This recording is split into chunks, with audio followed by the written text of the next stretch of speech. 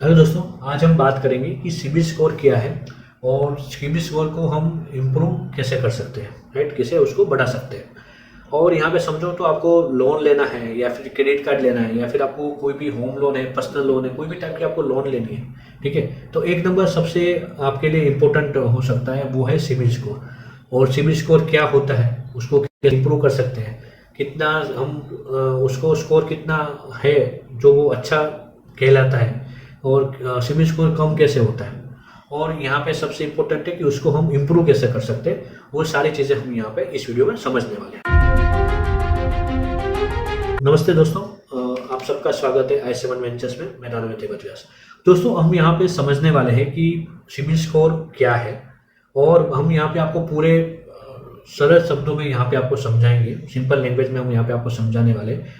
और साथ में जैसे आपको यहाँ पे mutual fund, investment, personal finance, credit card, CIBIL score और बहुत सारे आपको फाइनेंस के रिलेटेड आपको कोई भी वीडियोस चाहिए तो हम यहाँ पे इसी चैनल पे बहुत सारे शब्दों में सारे चीज़ें हम यहाँ पे लेकर आते हैं। तो दोस्तों, इस चैनल को जरूर से सब्सक्राइब कीजिए, लाइक करके रखिए। यहाँ पे बेल नोटिफिकेशन को भी आप यहाँ पे क्लिक कर दीजिए, जिससे कि आपको हमारी वीडियो सबसे पहले मिले। अभी जैसे दोस्तों सबसे पहले समझे तो सिबिल स्कोर है वो 3 डिजिट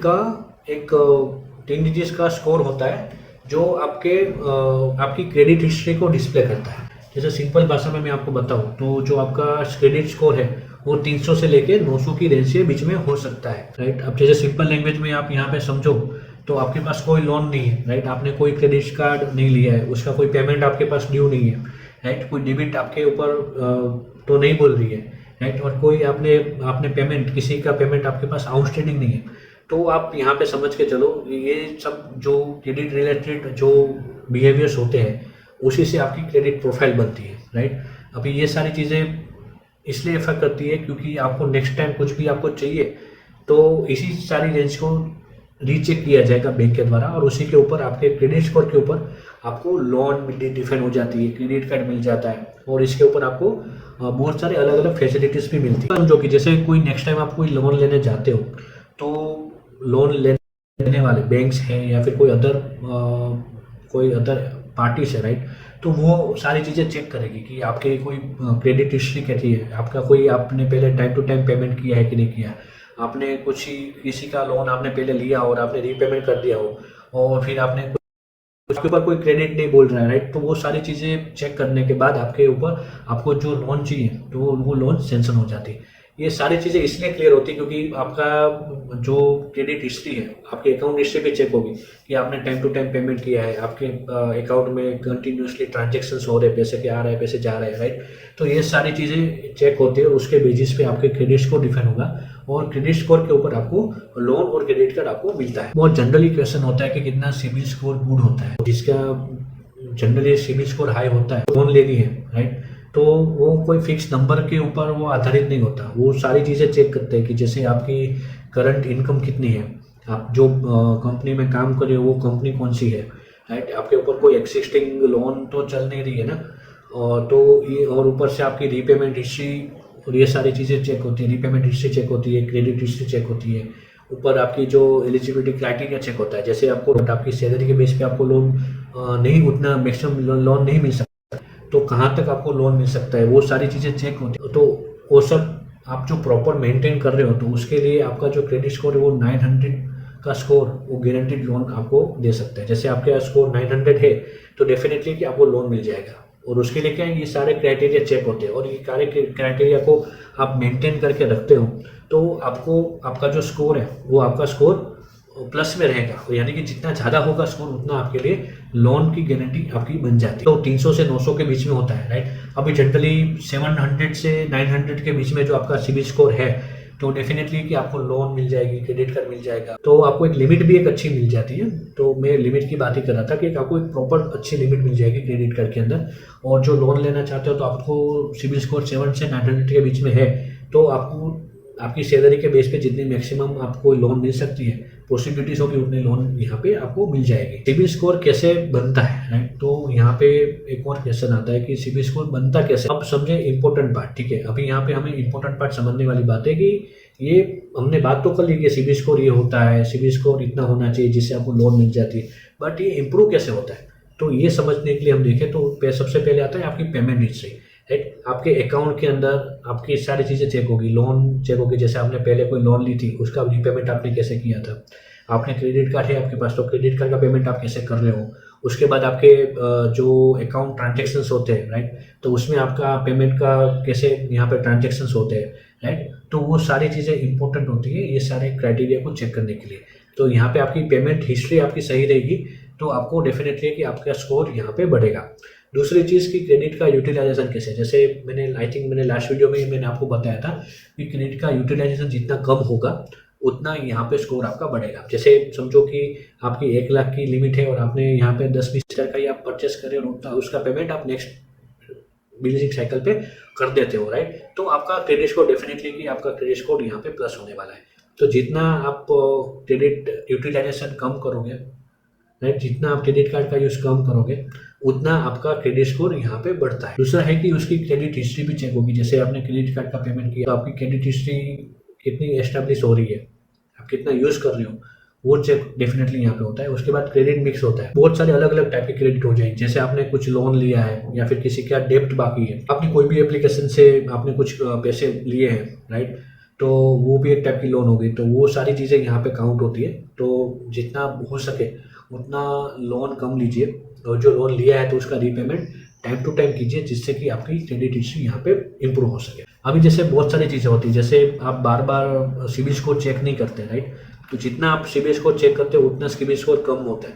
तो जितना हो सके उतना अलग अलग एप्लीकेशन के जरिए आप इसका यूज़ ना करें और अलग अलग एप्लीकेशन के अंदर से आप क्रेडिट का यूज़ नहीं करते, तो उस सिनेरियो में भी आपकी जो क्रेडिट हिस्ट्री है वो बढ़ती है, क्योंकि सारी चीज़ें मैंने पहले भी बोला कि सारी चीज़ें चेक होती है कि आपके ऊपर कितना डेब्ट बाकी है, कितनी लोन पेमेंट आप कैसे कर रहे थे, क्रेडिट कार्ड किससे का आपने पेमेंट, क्रेडिट कार्ड का पेमेंट आपने कैसे किया, तो आपके ट्रांजेक्शन्स कैसे हैं बैंक के अंदर, तो वो सारी चीज़ें चेक होती है और उसके बेसिस पे आपके हर महीने या फिर हर 6 महीने में सिबिल स्कोर अपडेट होता है। तो ऐसा ज़रूरी नहीं है कि हर 6 महीने में हो रहा है, यानी कि 6 महीने का ही देखेंगे, राइट, तो हर महीने का चेक होता है, हर दिन का ट्रांजेक्शन चेक होता है और उसके बेसिस पे वो हर 6 महीने के बाद वो सिर्फ एप्लीकेशन जो सिबिल स्कोर की एप्लीकेशन होती है वहाँ पे अपडेटेड होता है, ठीक है, तो जिससे कि आपको पता चलेगा कि आपका सिबिल स्कोर कितना है।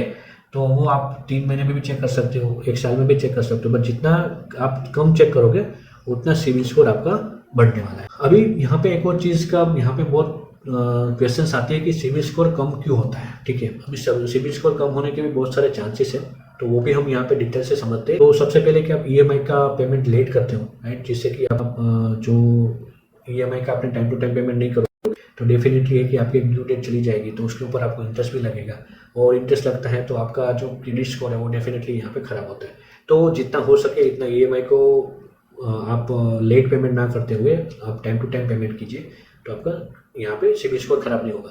दूसरा है कि क्रेडिट कार्ड का बिल का पेमेंट, अभी क्रेडिट कार्ड के बिल के पेमेंट में भी बहुत बार होता है कि आप मिनिमम पेमेंट ही कर रहे हो, राइट, इससे क्या होगा कि आपकी जो बाकी की राशि वो नेक्स्ट महीने में कैरी फॉरवर्ड होती है, तो उस सिनेरियो में भी आपका यहाँ पे क्रेडिट स्कोर खराब हो सकता है, क्योंकि नेक्स्ट महीने में जाएगा तो फिर से आप क्रेडिट कार्ड का यूज़ करोगे तो आपका यूटिलाइजेशन बढ़ जाएगा और जिसके सामने आपका पेमेंट कम हो रहा है, तो उससे के चक्कर में भी आपका क्रेडिट स्कोर यहाँ पे कम हो सकता है। अभी दूसरे क्योंकि क्रेडिट लिमिट का रिप्रेजेंटली हाई यूटिलाइज करना, जैसे मैंने बोला ना कि आप कि कंटिन्यूसली आप ज़्यादा यूज़ कर रहे हो तो उस चक्कर में भी आपका यहाँ पे क्रेडिट स्कोर खराब होगा।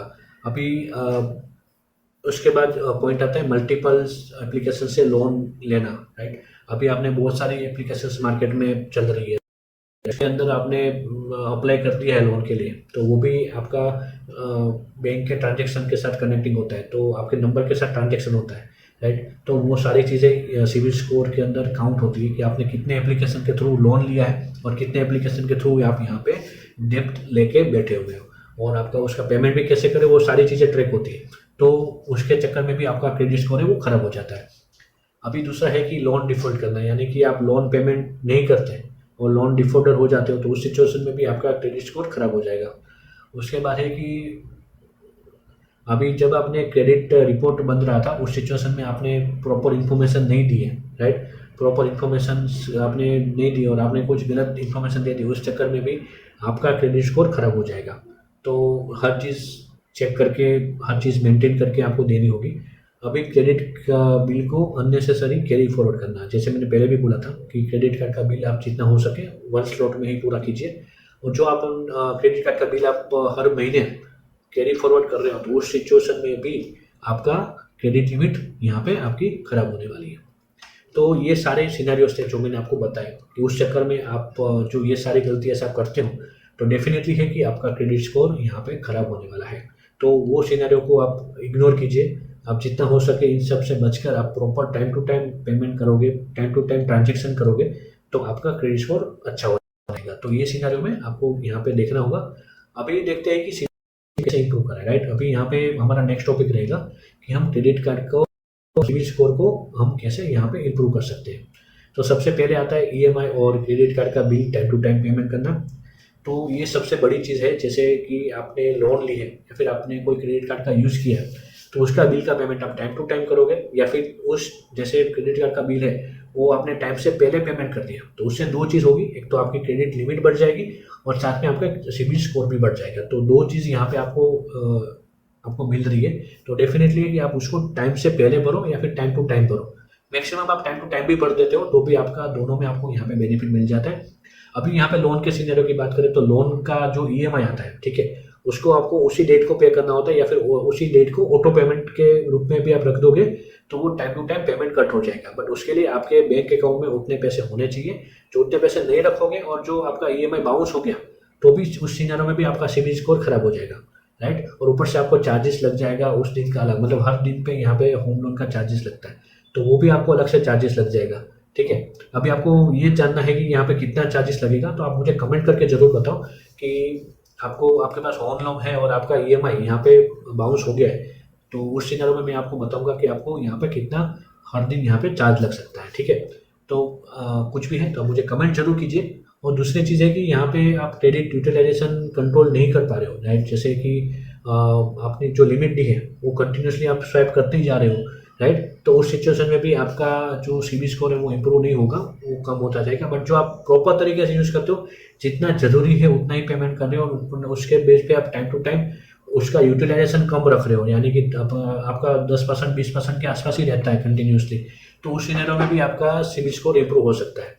अभी एक चीज़ है कि सिर्फ आपको स्कोर इम्प्रूव करने के लिए अननेसेसरी लोन मत लो, राइट। अभी बहुत लोग ऐसे होते हैं जो क्रेडिट स्कोर खराब है तो मोबाइल पे लोन ले ली, या फिर आपने कुछ ऐसी आइटम्स ले ली जिसके ऊपर शॉर्ट टर्म लोन होती है, राइट। 6 महीने की लोन, 4 महीने की लोन, 8 महीने की लोन, 10 महीने की लोन, ऐसी बहुत सारी चीज़ें आती है। जैसे मान के चले कि हमने कोई मोबाइल परचेस कर लिया, राइट, हमने नो कॉस्ट ईएमआई पे मोबाइल ले लिया, तो वो हर महीने ईएमआई बन जाएगी, उसका भी आप टाइम टू टाइम पीरियड पे करोगे तो भी आपका सिबिल स्कोर बढ़ेगा। बट उसके लिए ये लोन करना गलत है। वही दोस्तों हमारा तीसरा रूल्स है कि अननेसेसरी लोन ले रहे, राइट। अभी जैसे समझो कि आपको ज़रूरत नहीं है बट आपने फिर भी आपने लोन ले ली। जैसे आपने शॉर्ट टर्म लोन आती है, जैसे कि होम लोन तो नहीं आएगी, बट जैसे समझो कि आपने मोबाइल पे लोन ले ली, कुछ आपको ज़रूरत नहीं है, फिर भी आपने मोबाइल परचेस कर लिया और उसको नो कॉस्ट ईएमआई में आपने ईएमआई बनवा ली, राइट।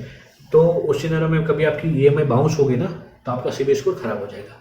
तो वो सिर्फ आपको सिबिल स्कोर बढ़ाने के चक्कर में आप अपना यहाँ पे शॉर्ट टर्म लोन को हमेशा टालना चाहिए। अभी हम बात कर रहे थे अननेसेसरी लोन के लिए, तो वो अननेसेसरी लोन आपको नहीं लेना चाहिए जितना आपको ज़रूरत नहीं है, राइट। आप ऑलरेडी आप सिर्फ सिबिल स्कोर अपडेट करने के लिए लोन लेते हो तो वो आपको नहीं लेना चाहिए। और सिर्फ आपको यहाँ पे देखना है कि आपका जो लोन है वो एक आपको यहाँ पे टाइम टू टाइम पे कर सको। कोई भी चीज़ आपको सिबिल स्कोर आपका अफेक्ट कर सकती है, तो कोई भी टाइप की लोन है, डेप्थ है, वो आपके ऊपर नहीं रखना चाहिए। और जो भी आपके पास है ये सारी चीज़ें, तो आपको टाइम टू टाइम आपको यहाँ पे पेमेंट कर देना चाहिए कि जिससे कि आपका जो सिबिल स्कोर है वो अपडेट हो जाए। और हमेशा एक चीज़ एक और है कि जैसे आपका जो क्रेडिट लिमिट आती है, राइट, क्रेडिट रिपोर्ट होता है, उसको आप हमेशा प्रॉपर तरीके से समझो। बार बार आप कोई ऐसी एंट्रीज ना कर लो गलती से कि जिससे कि आपके क्रेडिट स्कोर को अफेक्ट कर जाए।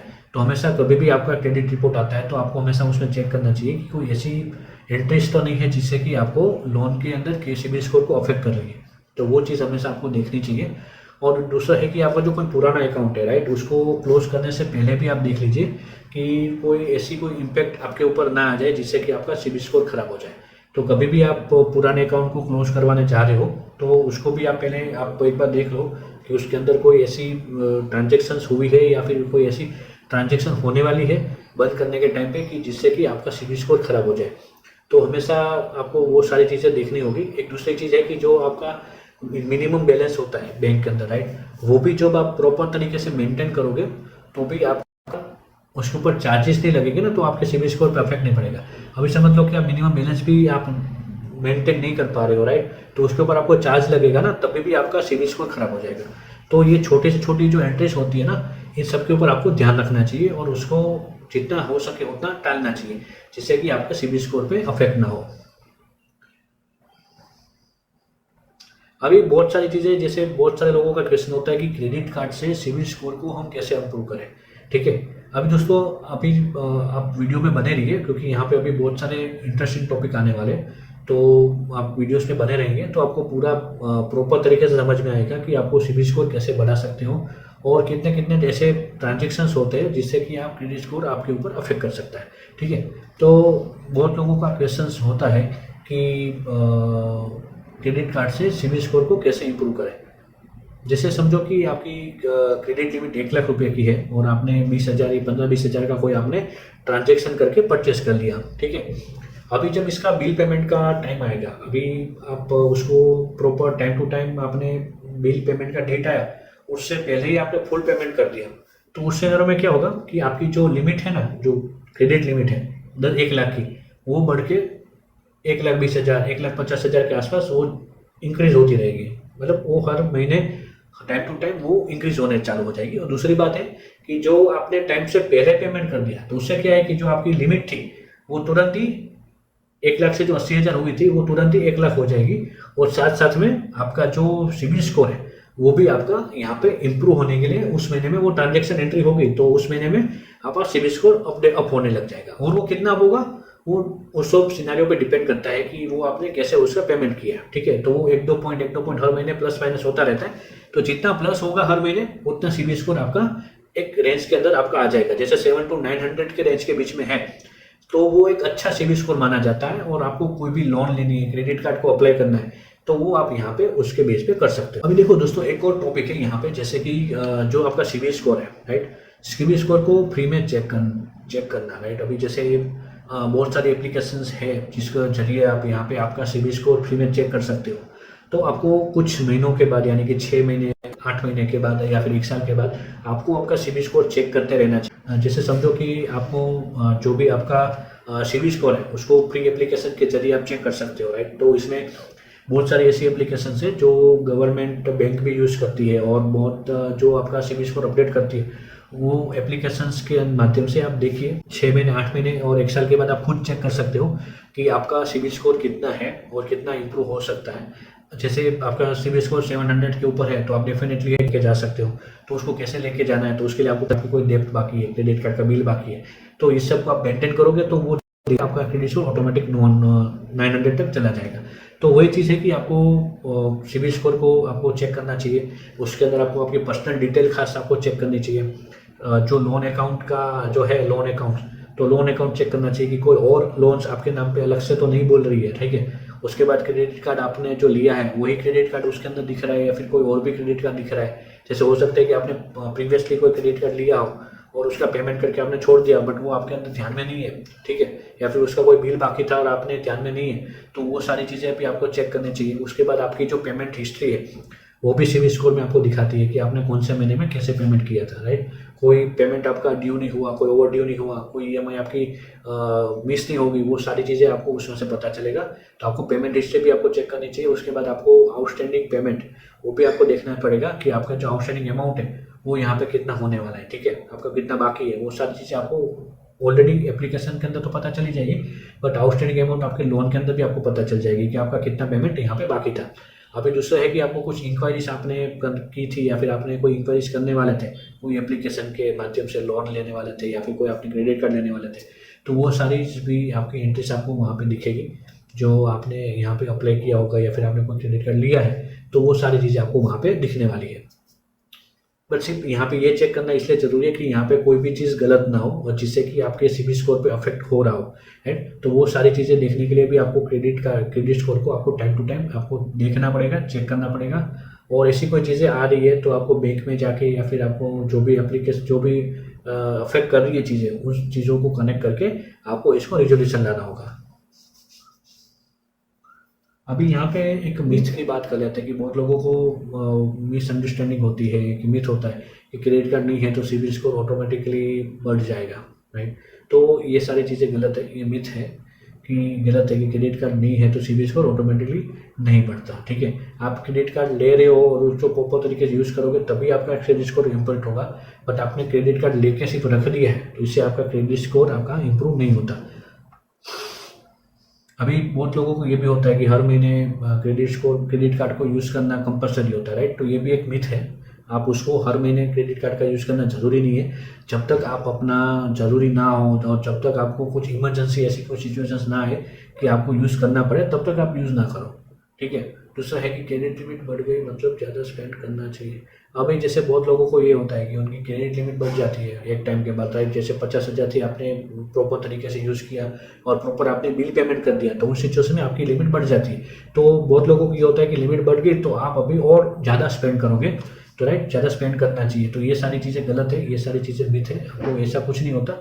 आपको लगता है कि आपके भले 1 लाख की लिमिट होगी बट आपको ज़रूरी 10,000 है या फिर 5,000 है तो आप सिर्फ उतना ही आप यहाँ पे खर्चा करो। फिर बहुत लोगों को ये भी मिथ होता है कि सिबिल स्कोर उनका ज़्यादा है तो उसको लोन मिलेगी, राइट। तो ये भी एक टाइप का मिथ है। ये सारी चीज़ें गलत है। बट आपके हो सकता है कि आपका कोई ऐसा ट्रांजेक्शन हो गया हो या फिर ऐसा ट्रांजेक्शन चल रहा हो जिसमें आपने कोई लोन ओवरड्यू हो गई या फिर आपने लोन पेमेंट नहीं किया या फिर आपने क्रेडिट कार्ड का पेमेंट नहीं किया, ऐसी कुछ चीज़ें शॉर्ट टर्म में भी हुई है तो उसके चक्कर में भी आपकी लोन रिजेक्ट हो सकती है।